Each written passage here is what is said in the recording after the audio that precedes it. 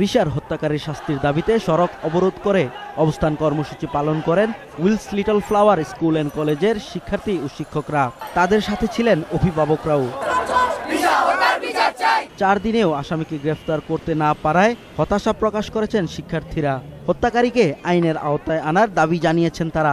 ওর যদি এটার বিরুদ্ধে আমরা কিছু একটা করতে পারি তাহলে হয়তোবা ওকে যে কাজটা করছে ওরকম আরো অনেকে হয়তোবা ভয় পাবে। আমরা 48 ঘন্টা সময় জানিয়ে 31 তারিখের সময় দিয়েছি। 31 তারিখ 12টার মধ্যে যদি ওরা আমাদেরকে না দিতে পারে আমরা আবার স্ট্রাইকে নামব। আন্দোলনের সাথে একাত্মতা প্রকাশ করেন শিক্ষামন্ত্রী নুরুল ইসলাম নাহিদ। অবিলম্বে হত্যাকারীকে আইনের আওতায় আনার দাবি জানান তিনি। আমরা আমাদের এই শিক্ষার্থী হত্যার বিচার চাই, শুধু বিচার নয়, আমরা চাই অবিলম্বে তাকে গ্রেফতার করে নিয়ে এসে কাঠগড়ায় দাঁড় করানো হোক। এদিকে পুলিশ কর্মকর্তারা জানান রিশার হত্যাকারী ওবায়দুলকে গ্রেফতারের অভিযান চলছে। দ্রুতই তাকে আইনের আওতায় আনা হবে। 48 ঘন্টার মধ্যে আমরা অপরাধীকে গ্রেফতার করতে সক্ষম হব। যেহেতু শুধু তার নাম ছিল, আমরা তার নামটা থেকে ঠিকানা সংগ্রহ করতে একটু সময় লেগেছে।